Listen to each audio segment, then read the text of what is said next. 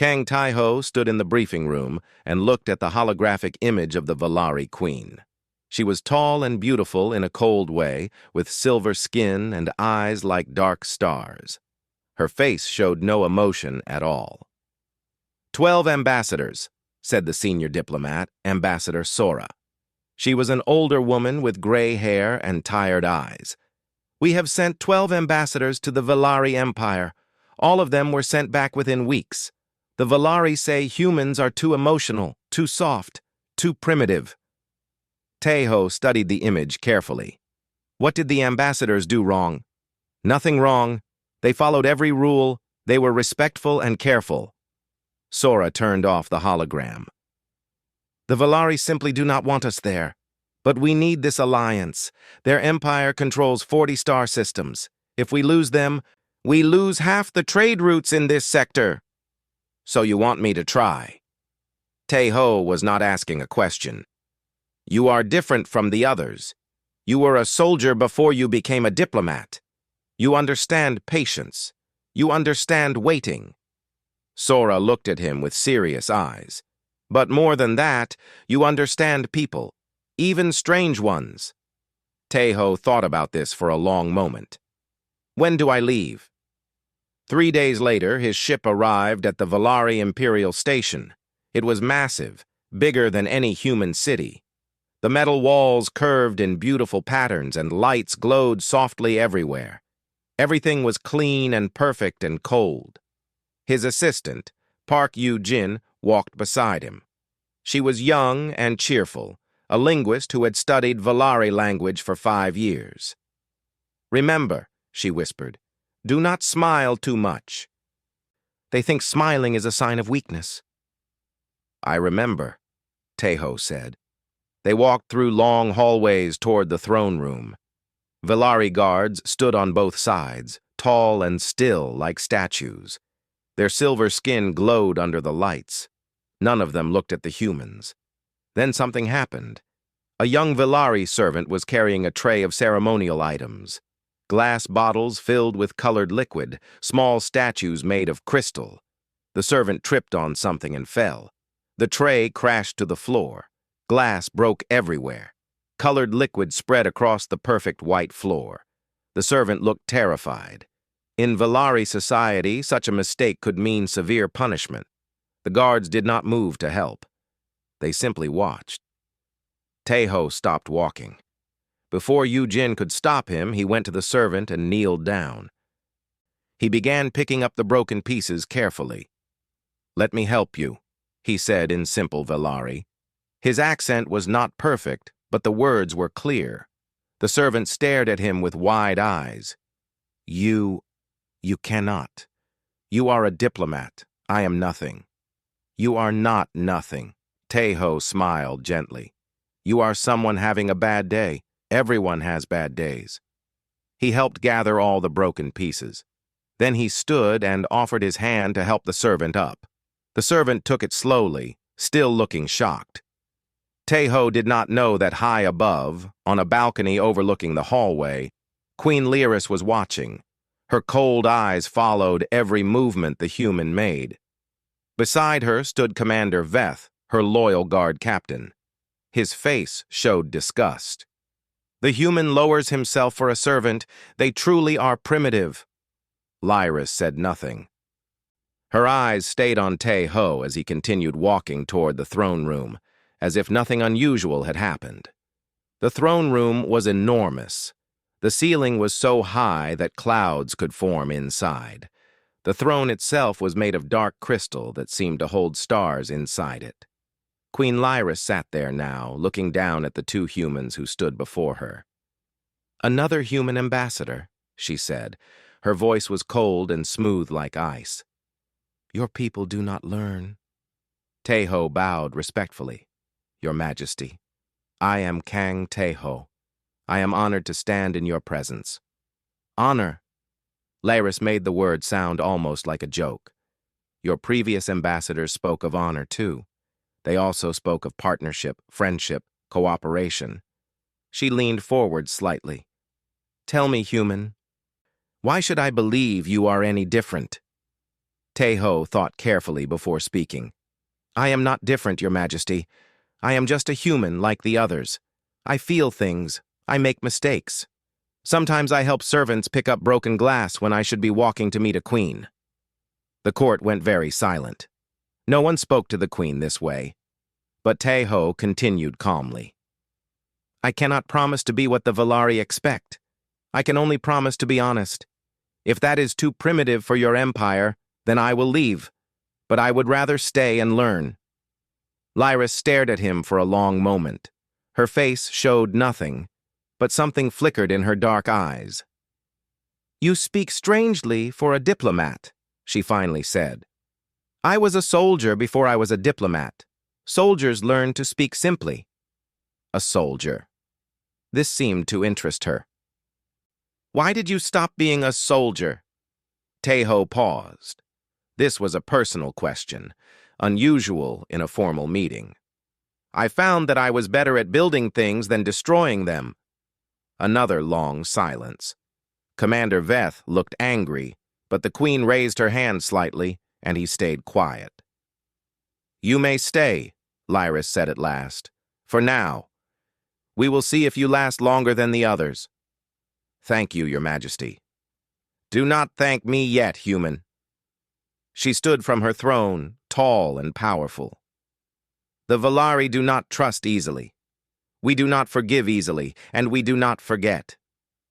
She walked away through a private door, her silver robes flowing behind her. Yujin let out a long breath beside Taeho. That was terrifying. Why did you mention the servant thing? Because she already knew. She was watching from the balcony. Yujin looked at him with surprise. You saw her? I felt someone watching. Taeho smiled slightly. Better to speak truth than to pretend. The Valari value honesty, even if they show it strangely. That night, in the private royal chambers, Queen Lyris stood by her window looking at the stars. Commander Veth entered and bowed. My queen, what are your orders regarding the human? Watch him, Lyris said without turning around. Not as a threat. Just watch him. You think he is dangerous? No. Lyris finally turned. Her face was still cold, but something had changed in her eyes. Something small, like a tiny crack in ice. I think he is unusual, and unusual things interest me. Veth bowed again and left. Alone, Lyris looked back at the stars. She thought about the human kneeling on the floor, helping a servant who meant nothing. She thought about his honest words in the throne room. Unusual indeed, she whispered to herself. Outside her window, the stars burned on, ancient and cold. But somewhere deep inside the queen, something very small and very new began to wonder about the strange human who was not afraid to feel. 5 weeks passed on the Valari Imperial Station. Taeho learned the rhythms of court life. He learned which hallways to use, which officials to greet, which topics to avoid. But he refused to change who he was. Every morning, he walked through the palace and said hello to everyone he met. Guards, servants, officials. It did not matter to him if they were important or not. At first, they ignored him. Then they began to nod back. Then, slowly, some of them started to answer. The human is strange, the servants whispered to each other. He remembers our names. Taeho also shared things from Earth, small things, music recordings, pictures of mountains and oceans, food that Yujin helped him prepare in the small kitchen they were given. He offered these things freely, expecting nothing back. Some Valari tried the human food and made faces, but they tried it. That was enough. Then the summons came from the queen. Cultural education sessions, the message said. The queen wishes to understand human customs for diplomatic purposes. Yujin was nervous. This is unusual. Queens do not normally do this personally. Maybe she is curious, Taeho said.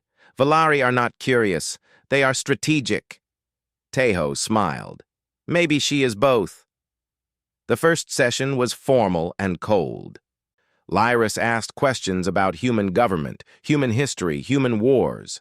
Tejo answered honestly, even about the dark parts. He did not try to make humanity sound perfect. "You have killed many of your own kind," Lyris observed. "Your history is full of blood." "Yes," Tejo agreed. "We are not proud of all our history, but we try to learn from it. The Velari do not have such conflicts. We resolved our differences long ago through logic and order." "That is impressive." Tejo paused. "But may I ask something?" Lyris raised one eyebrow. "Ask." "When you resolved your differences, did you lose anything? Any art, any music, any stories that came from that conflict?" The Queen was silent for a moment. "An interesting question. No one has asked me that before." The sessions continued. Once a week, then twice a week. The questions changed slowly. Less about politics and history, more about daily life. What did humans eat for breakfast? Why did they keep pets? What was the purpose of holidays? Tejo answered everything patiently. And he noticed things about the Queen. Small things. The way she leaned forward when something interested her. The way her fingers tapped lightly when she was thinking. The tiny flicker in her eyes when he made her almost smile. One afternoon during their 7th session, Tejo saw something unexpected. A holographic image floated above a small table in the corner of the room. It showed an Earth sunset, orange and red and purple spreading across the sky. Lyris was looking at it when he entered. She quickly turned it off, but not fast enough. "That was beautiful," Tejo said simply. "Where did you get that image?" "It was in the diplomatic files. I was studying human environments." Her voice was cold, but she did not look at him. "The files do not do it justice," Tejo said. "Real sunsets are better. The colors change every second. The air feels warm on your skin. Sometimes you can smell the ocean."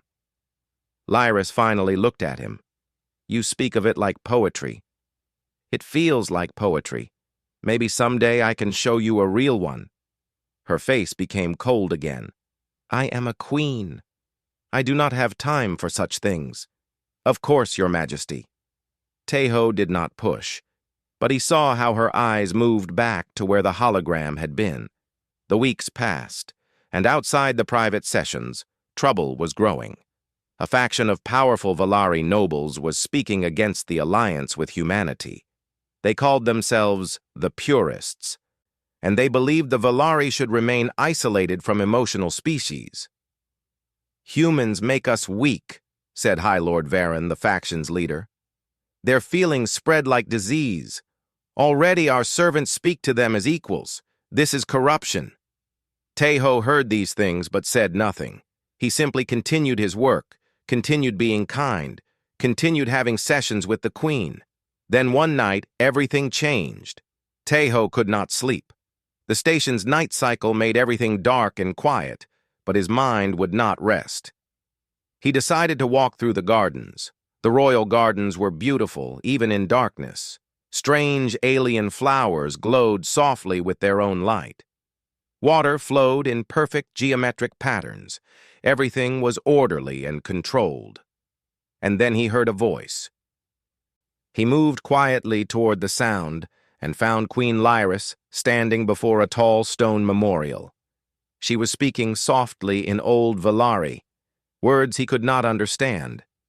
But he understood the tone. It was grief. Tejo did not move. He did not announce himself. He simply watched for a moment, then turned and walked away silently. He thought she had not seen him. He was wrong.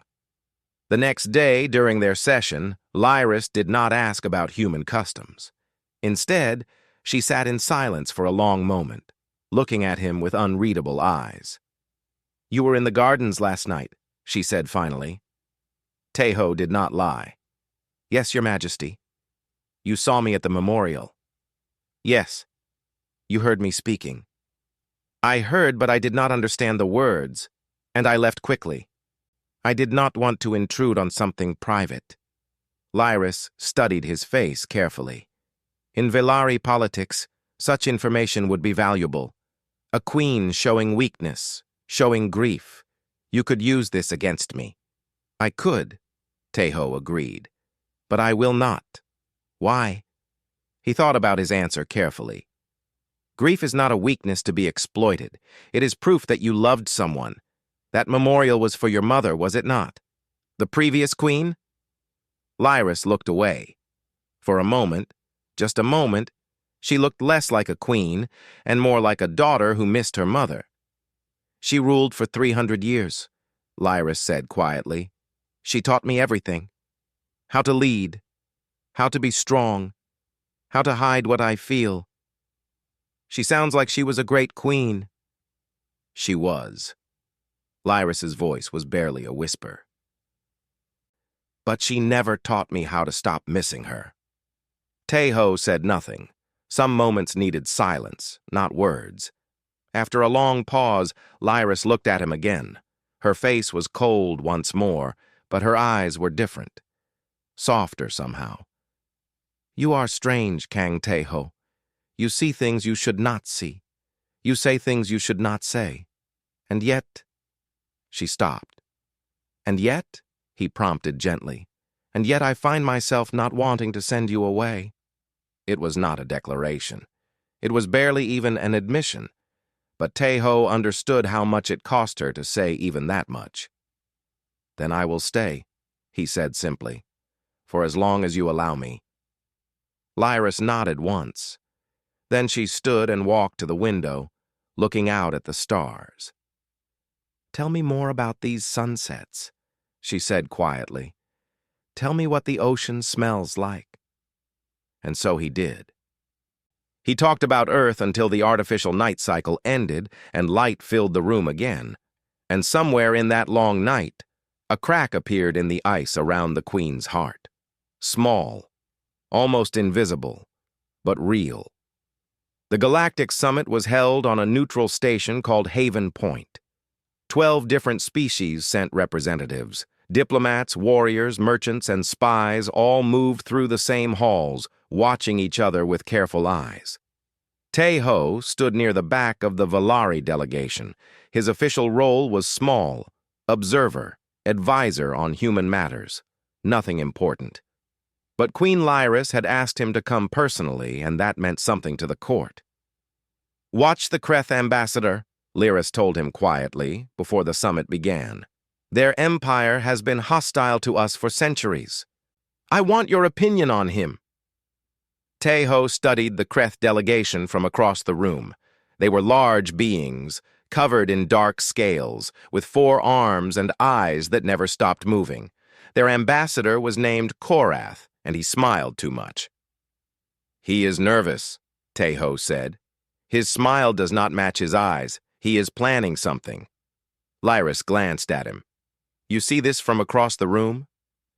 Humans are good at reading body language, even alien body language. We watch faces carefully. Interesting. Lyris returned her attention to the summit. Stay close to me today. The first day passed without incident. Speeches and agreements and formal dinners.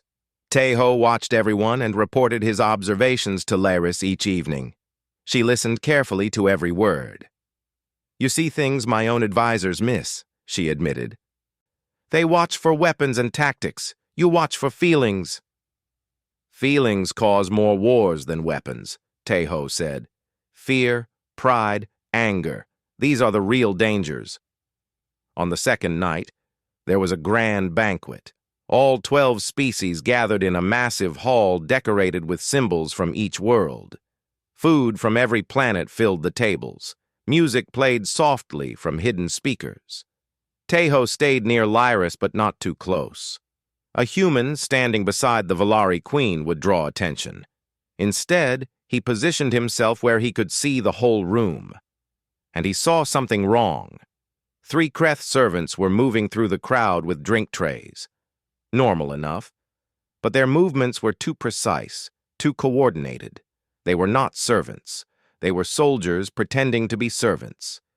Teho watched them carefully. One was moving toward the Valari section. The other 2 were positioning themselves near the exits. His heart began to beat faster. This was not diplomacy. This was an ambush. He moved quickly through the crowd, trying not to draw attention. He had to reach Lyris before the Kreth did, but he was too far away, and people kept blocking his path. The Kreth servant was getting closer to the queen. His hand reached into his robe. Teho did the only thing he could. He ran. People shouted in surprise as he pushed through them. Valari guards reached for their weapons, but Teho was faster. He threw himself between Lyris and the Kreth just as the assassin pulled out a blade. The knife went into Teho's side instead of the queen's back. Pain exploded through his body. The blade was poisoned. He could feel it burning through his blood. But he grabbed the assassin's arm and held tight. "Guards!" he shouted with the last of his strength. Everything happened fast after that. Valari soldiers swarmed the assassin. The other two Kreth were captured before they could reach the exits. Ambassador Korath tried to escape, but was stopped at the door. Teho fell to the ground. The poison was moving quickly. His vision was going dark. Lyris was suddenly beside him. Her face, usually so cold, showed something he had never seen before. Fear. "Medical team," she commanded. "Now!" "Your Majesty!" Commander Veth was at her side. "We should move you to safety. There may be more assassins." "I am not leaving him."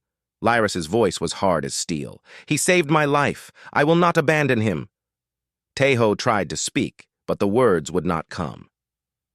The last thing he saw before darkness took him was Lyris's face above him, her dark eyes filled with something that looked almost like tears. He woke 3 days later. The room was white and quiet. Medical machines beeped softly around him. His body felt weak, but the burning pain was gone. "You are awake." He turned his head slowly. Lyris sat in a chair beside his bed. She looked tired, as if she had not slept in days. Her formal robes were gone, replaced by simpler clothing. "Your Majesty." His voice was rough. "You should not be here. It is not proper." "I am the Queen. I decide what is proper." She leaned forward slightly. "You almost died, Kang Teho. The poison was designed to kill Valari. It almost destroyed your weaker human body. Did you catch all of them? The assassins?" "Yes, Ambassador Korath has confessed." The Kreth Dominion did not officially order the attack, but they knew about it and did nothing to stop it. Her jaw tightened. "There will be consequences." "Good." Teho relaxed slightly. "Then it was worth it." Lyris stared at him with an expression he could not read. "Worth it? You almost died. But you did not die. That is what matters." "Why?" The word came out sharp, almost angry. "Why would you do this? Risk your life for someone who has shown you only coldness? I am not your queen. You owe me nothing." Teho thought about this for a moment. The honest answer was complicated. The simple answer was true. "Because I care about you," he said. "Not the queen. You. The woman who looks at sunset images when she thinks no one is watching. The daughter who still visits her mother's memorial. The person behind the ice." Lyris went very still. "You do not know me," she said quietly. "No one knows me."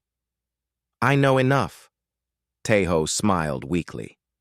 "I know that coldness is not who you are. It is armor. You wear it because you have to, not because you want to." For a long moment, Lyris said nothing. Then she stood and walked to the window, her back to him. "In 300 years, no one has ever said such things to me." Her voice was strange, tight.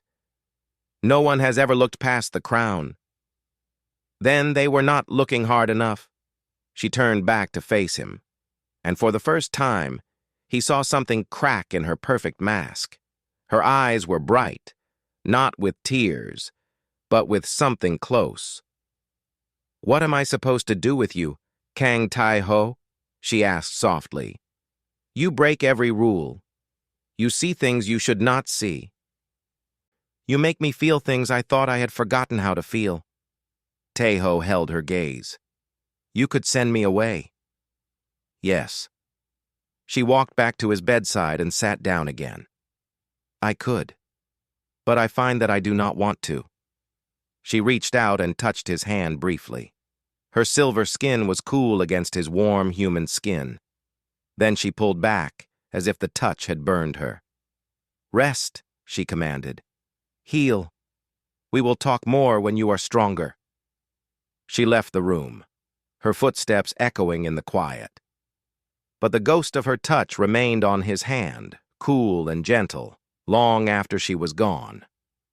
In the hallway outside, Commander Veth waited. He saw the strange look on his queen's face, and he understood something had changed. My queen, he said carefully. The human.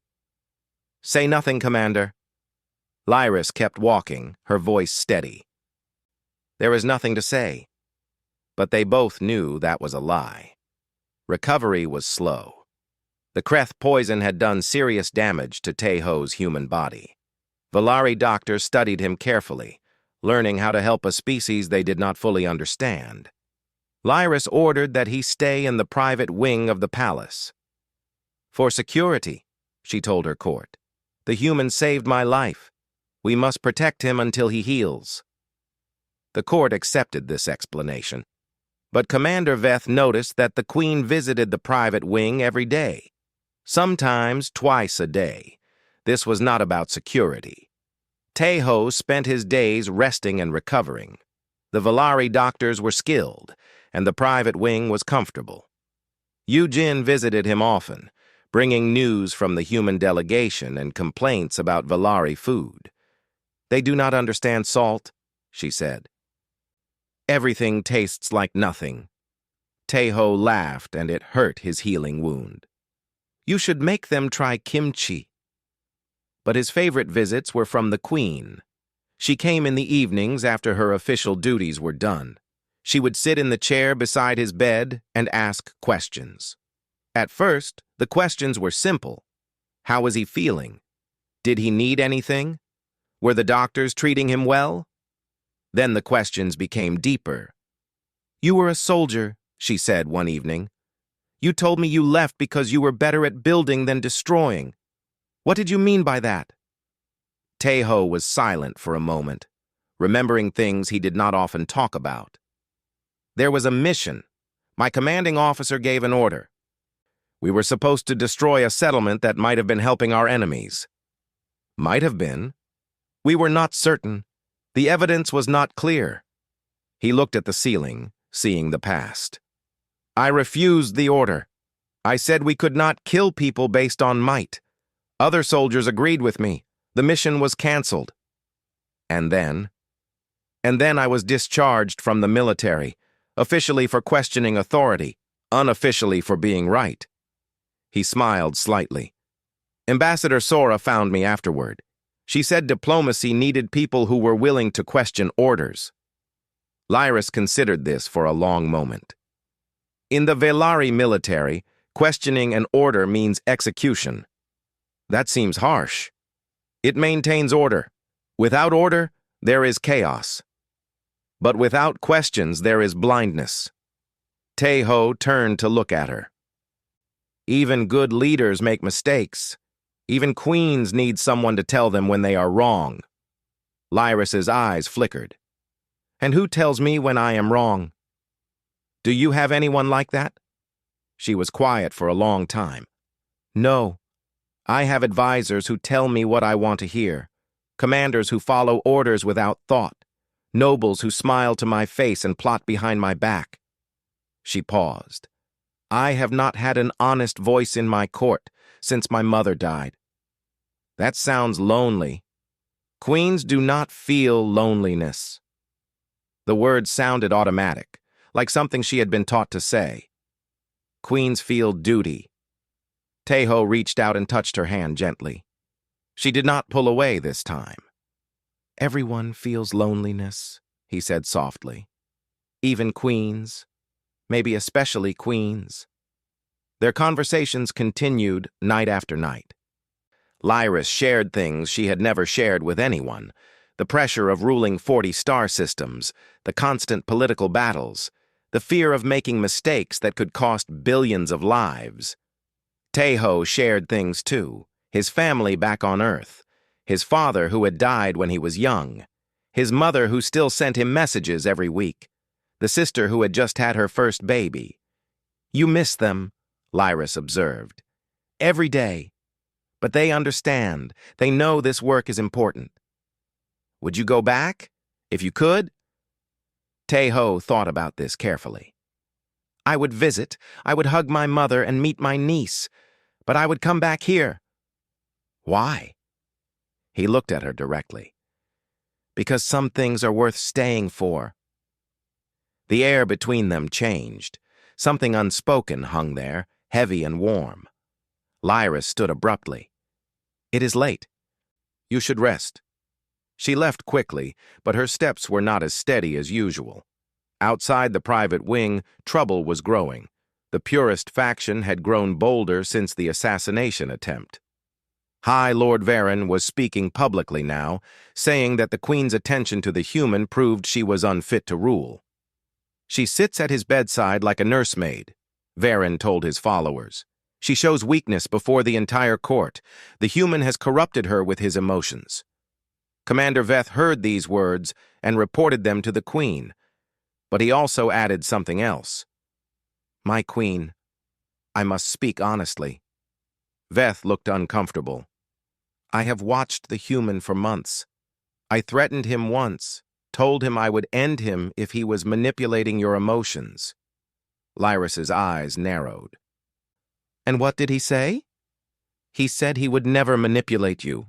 He said he cares about you, and that is not manipulation. He said—" Veth paused.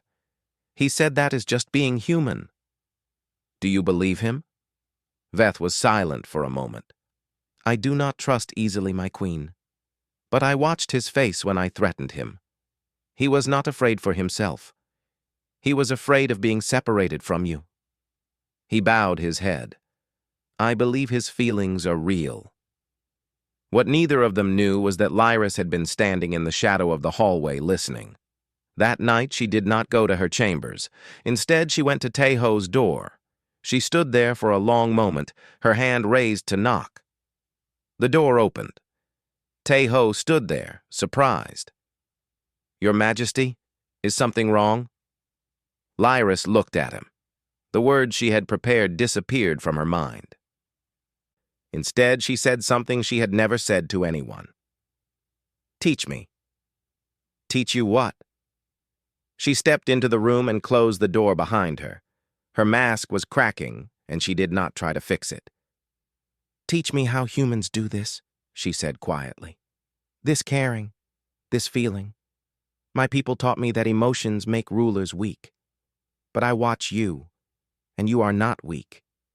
You feel everything, and it makes you strong." She looked into his eyes. "I want to understand how."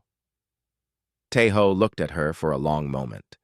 Then he smiled gently and gestured to the chair beside his bed. "Sit down," he said. "I will try my best to explain. But I should warn you, humans are not very good at explaining feelings. We are better at showing them." "Then show me." So he did. Not with words alone, but with small things. He showed her how to laugh at simple jokes, how to admit when something made her sad, how to say thank you and mean it, how to accept kindness without suspicion. It was strange education, a human teaching a queen how to feel. But in the quiet of the private wing, with stars visible through the window, something new was growing between them. Something neither of them fully understood yet. Something that felt like the beginning of a sunrise, warm and bright and unstoppable. Outside, the political storms gathered. But inside, two hearts were learning how to open. 2 months had passed since the assassination attempt. Tejo was fully healed now, but he remained in the palace. No one questioned this anymore. Everyone knew, even if no one said it out loud, their relationship had shifted into something neither could name. They still had official meetings about diplomacy and trade, but they also had private dinners in her chambers. long conversations on quiet balconies, comfortable silences that needed no words. The court noticed. The purists grew angrier, but Lyris did not seem to care, and that itself was a kind of revolution. "You have changed, my queen," Commander Veth said one morning. He did not say it as criticism. He said it as observation. "Have I? You smiled at a servant yesterday, not a political smile, a real one?" Veth paused. "I have served you for 60 years. I have never seen you smile like that." Lyris looked at him for a long moment. "Is that a problem, Commander?" "No, my queen. I think it is good." He hesitated. "I think perhaps the human is good for you." Coming from Veth, this was almost a declaration of love. That evening, Teho found himself on the royal observation deck. It was the highest point in the palace, with windows that looked out at the stars. Tonight, the view was extraordinary. A stellar nursery floated in the distance, clouds of gas and dust glowing in beautiful colors as new stars were being born. Lyris found him there, standing alone in the soft light. "This is my favorite place in the palace," she said, moving to stand beside him. "I come here when the weight of the crown becomes too heavy." "It is beautiful," Teho agreed, "like watching the universe create something new." They stood in comfortable silence, watching the cosmic nursery pulse with light. As time passed, Teho had begun gently teasing her about small things. It started by accident. He made a joke about her secretly dancing to human music when no one was watching, and instead of freezing him out, she had almost laughed. After that, he could not resist. "You know," he said now, "I have noticed something interesting." "What have you noticed?"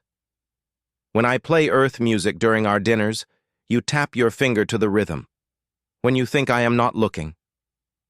Lyris's silver cheeks seemed to darken slightly, the Valari equivalent of a blush. "I do not. You do. It is adorable." "Queens are not adorable." "This one is." He grinned at her. "Sometimes." She gave him a look that would have terrified any other being in the galaxy. On him, it had no effect. "You are very bold for someone who works for me," she said. "I thought I work with you, not for you." "That is what you said last week." Another almost smile crossed her face. "I was being diplomatic." "You were being kind." He turned to face her fully. "That is another thing I have noticed. You are kind more often now. You ask servants how they are feeling. You thanked your chef yesterday. You laughed at Commander Veth's terrible joke about the Kreth ambassador." "It was a funny joke." "It was an awful joke. But you laughed anyway, and Veth looked happier than I have ever seen him." Teho's voice softened. "You are changing, Lyris. The ice is melting." She did not correct him for using her name. That was another change. In private, she allowed it now. "Perhaps I am," she admitted. "Perhaps change is not always bad." They fell into silence again, watching the stellar nursery. The light from the newborn stars painted their faces in soft colors. "You are dangerous, Kang Teho." Lyris's voice was quiet. "You make me want things I cannot have." "What things?" She did not answer directly. Instead, she said, "I am over 300 years old. I have ruled for a century. I have met thousands of beings from hundreds of species, and I have never met anyone like you." Teho felt his heart beating faster. "Is that a good thing or a bad thing?" "I have not decided yet." He smiled, trying to keep the mood light even as something deeper stirred in his chest. "Careful, Your Majesty. You are starting to fall for me." He said it as a joke. He expected her to deny it with cold words and imperial dignity. Instead, Lyris turned to face him. Her dark eyes held something ancient and deep, something that had waited 3 centuries to be spoken. "It is already too overdue," she said. The words hung in the air between them. The light from the stellar nursery pulsed gently. Somewhere far below, the court carried on with its political games. But here, on this balcony, time seemed to stop. Teho stared at her. The untouchable queen of the Valari Empire had just confessed feelings first. She had lowered her walls before he had even finished building a ladder. "Lyris." He did not know what to say. "I know this is complicated." Her voice was steady, but her hands were trembling slightly. "I know there are 1,000 reasons why this cannot work. Our species, my position, the politics. I know all of this, and I do not care." "You do not care?" "I have spent 300 years caring what others think, being proper. Being cold, being what the Valari expect a queen to be." She stepped closer to him. "And then you came. A human who helps servants, a human who sees past crowns, a human who almost died for me without thinking twice." She reached up and touched his face gently. Her cool fingers traced his cheek. "I am tired of being ice," she whispered. "I want to feel the sun." Before Teho could respond, alarms shattered the moment. Red lights flashed across the observation deck. The palace shook with a deep rumble that felt like thunder.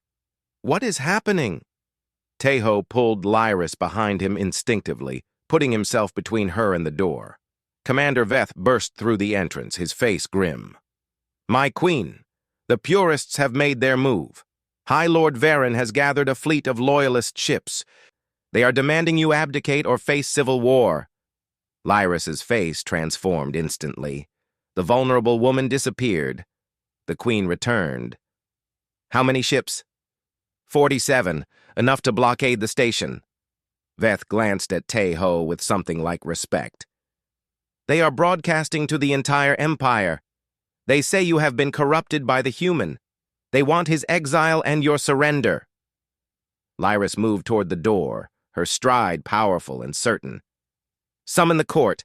I will address my empire." Teho followed her. "I am coming with you." "No." She turned to face him. "They will use you against me. It is better if you stay hidden." "Let them try to use me." He took her hand in his. "I am not hiding. I am not leaving. You just told me how you feel. Do you think I am going to let you face this alone?" Their eyes met. So much had changed in such a short time, and yet so much still remained unspoken. "You are stubborn," Lyris said. "I am human." He squeezed her hand. "We do not abandon the people we love." Love. The word fell between them like a stone in still water. Neither looked away. "Together, then," Lyris said finally. "Together." They walked toward the throne room side by side. Ahead, the Empire waited.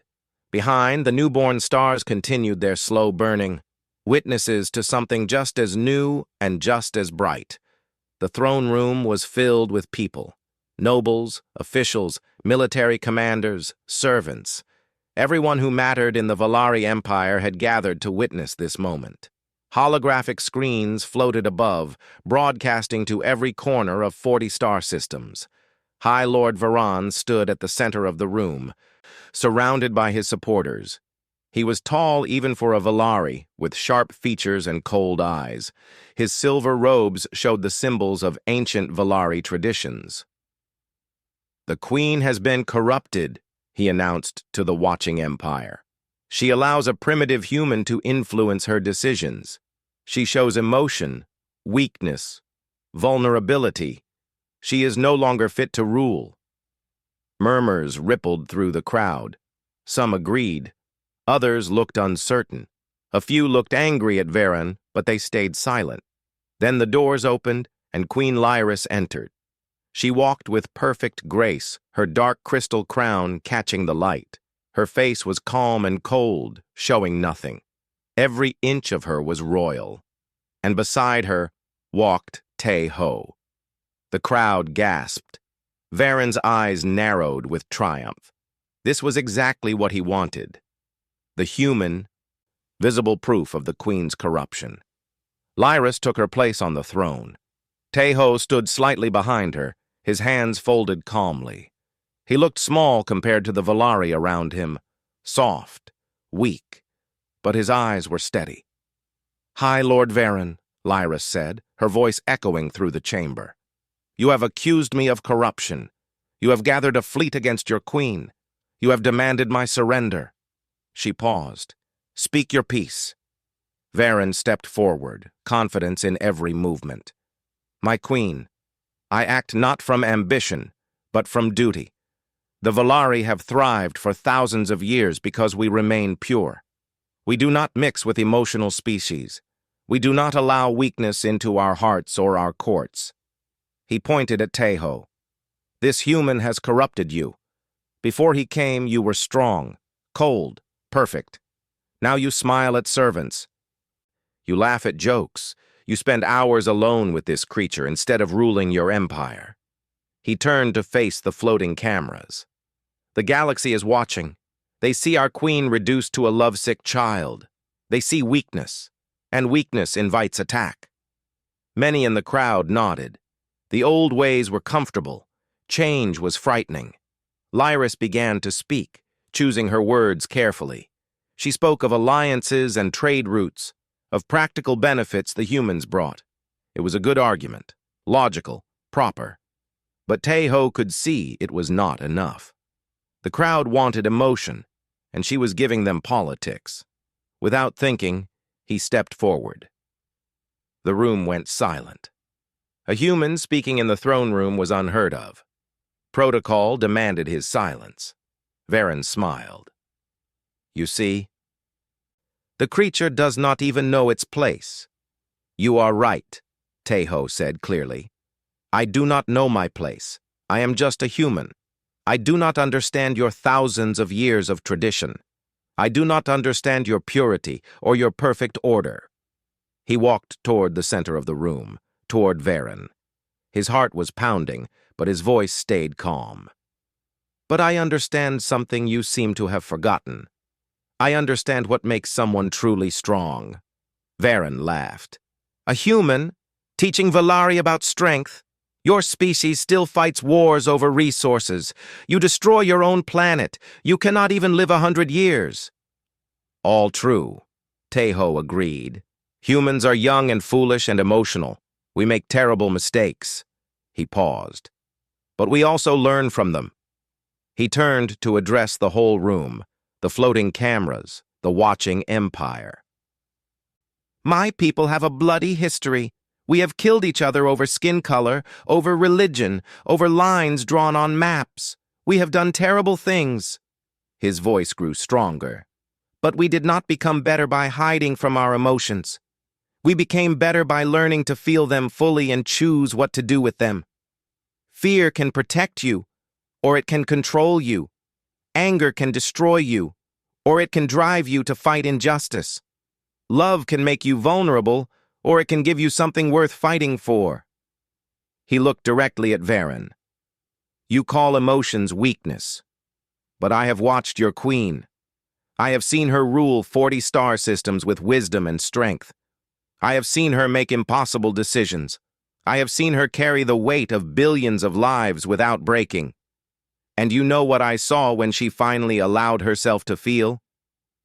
I saw her become more powerful, not less, because now she does not just rule from duty, she rules from love, love for her people, love for her empire, love for what the Valari could become."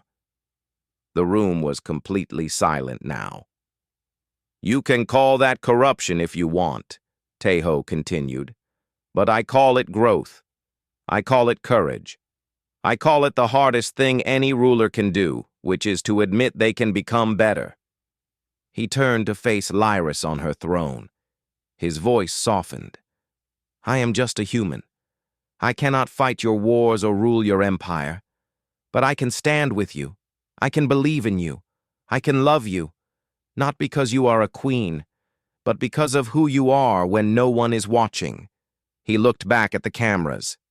"That is what humans do for the people we love.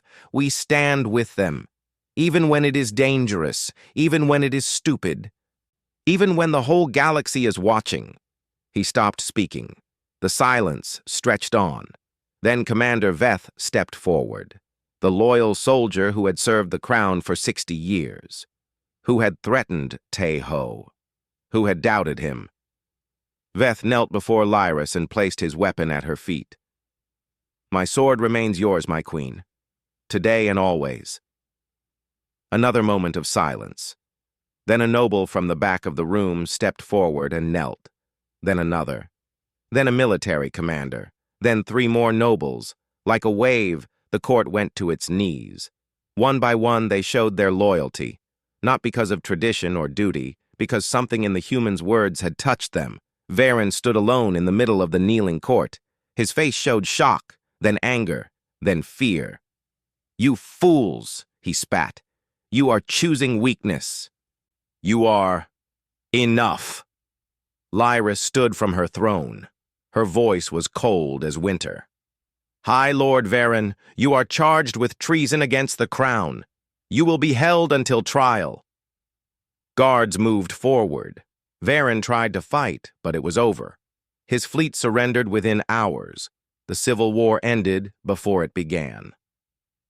Later, when the crowd had cleared and the cameras had turned off, Lyris found Tae-ho on the balcony outside the throne room. "You told my entire empire you love me," she said. Tae-ho turned to face her. He looked tired, but happy. "Well, you confessed first. I had to catch up." She shook her head slowly, but there was warmth in her eyes. "You are impossible." "I am human," he smiled. "Same thing, really." She moved closer to him. The stars burned above them. The empire stretched below. "Thank you," she said quietly. "What you said in there, no one has ever defended me like that." "Then everyone else was wrong." He took her hand. "You deserve to be defended. You deserve to be loved, not as a queen, just as you." Lyris looked at their joined hands, cool silver against warm brown. Different species, different worlds, different everything, and yet somehow the same. "What happens now?" she asked. "I do not know," he admitted. "But I think we figure it out together." She nodded slowly. Then, for the first time, she leaned her head against his shoulder. They stood like that for a long time, watching the stars. Somewhere below, the empire was changing, and neither of them was alone anymore. 6 months had passed since the failed rebellion. The galaxy had changed in ways no one expected. The alliance between humanity and the Valari Empire had become the strongest in known space. Trade flourished. Cultural exchanges multiplied. For the first time in history, human students studied at Valari academies, and Valari scholars visited Earth universities. High Lord Varen had been tried and exiled to a remote mining colony. His followers had scattered. The purist movement still existed, but it was small and quiet now. And at the center of all these changes stood a human and a queen who had chosen each other. Tae-ho had been officially appointed as permanent ambassador, but everyone knew his true title was something else entirely. The queen's partner, the human who had melted the ice. Today, something historic was happening. Queen Lyris was visiting Earth. She stood on a beach in Korea, her silver skin catching the light of the setting sun. The colors were even more beautiful than the holographic images. Orange and red and purple spread across the sky like fire. The ocean smell was strange and wonderful. Warm wind touched her face. "You were right," she said softly. "Pictures do not do it justice." Tae-ho stood beside her, watching not the sunset, but her face. "Do you like it?" "It is." She paused, searching for the right word. "Alive. Everything on Earth feels alive." Behind them, at a respectful distance, Tae-ho's family waited. His mother, his sister, his new baby niece. They had been nervous to meet the alien queen, but Lyris had greeted them with surprising warmth, even holding the baby for a moment with careful hands. "Your niece has your eyes," Lyris had told his sister. They are kind eyes. His mother had cried a little. Happy tears. She whispered to Tae-ho later, I see why you stayed for her. Now they watched from the beach house as the human and the queen stood together at the water's edge. The galaxy is watching us, Lyris said. A human and a Valari queen. Some are scandalized. Are you worried about what they think? She turned to look at him. The sunset painted her silver skin in colors of fire. I stopped worrying about that 6 months ago, in a throne room, when a human taught my empire what courage looks like. Tae-ho smiled. That was a good speech, was it not? It was acceptable, but her eyes were warm with teasing. For a human. They walked along the beach as the sun continued to sink. Waves touched their feet. Lyris looked down at the water with curiosity. It is warm. This is the southern coast. The water is always warm here in summer. I think I understand now why humans love their oceans. She let the waves roll over her feet again. It feels like being held by something much larger than yourself, but gently. They found a quiet spot and sat on the sand. Behind them, lights were coming on in the beach house. The family was preparing dinner, human food made with love, the way Tae-ho's mother had always made it. My advisors think I am foolish, Lyris said. A queen should not leave her empire to visit a primitive planet. And what do you think? I think they have never watched a sunset with someone they love. She leaned against him slightly. I think they do not know what they are missing. Love. She said the word easily now. It had taken months of practice. Months of learning how to feel without fear. Months of Tae-ho patiently showing her that emotions were not enemies. I have been thinking, she said. About what? About us. About the future. She looked out at the darkening ocean. I will live for hundreds more years. You will live for decades at most. When I found out how short human lives are, I almost ended things between us. Tae-ho nodded. He knew this. They had talked about it many times. What stopped you? You did. You told me that the length of time does not matter. What matters is what we do with the time we have. She paused. You told me that one perfect day is worth more than 1,000 empty years. I remember. I did not understand then. I think I'm starting to understand now. She took his hand. This day, here, on your planet, with your family. Watching colors I have never seen before? This is worth more than the 3 centuries I spent being cold and alone. Tae-ho squeezed her hand gently. So what happens next? I do not know exactly, but I want to find out. Together, as you said. She turned to face him. The Valari have never had a human in the royal household before. There will be challenges, political problems, cultural conflicts. I am good at challenges. I know. She almost smiled. It is annoying. He laughed. The sound was warm in the evening air. Behind them, Tae-ho's mother called out. Dinner was ready. They stood and walked back toward the house. Before they reached the door, Lyris stopped.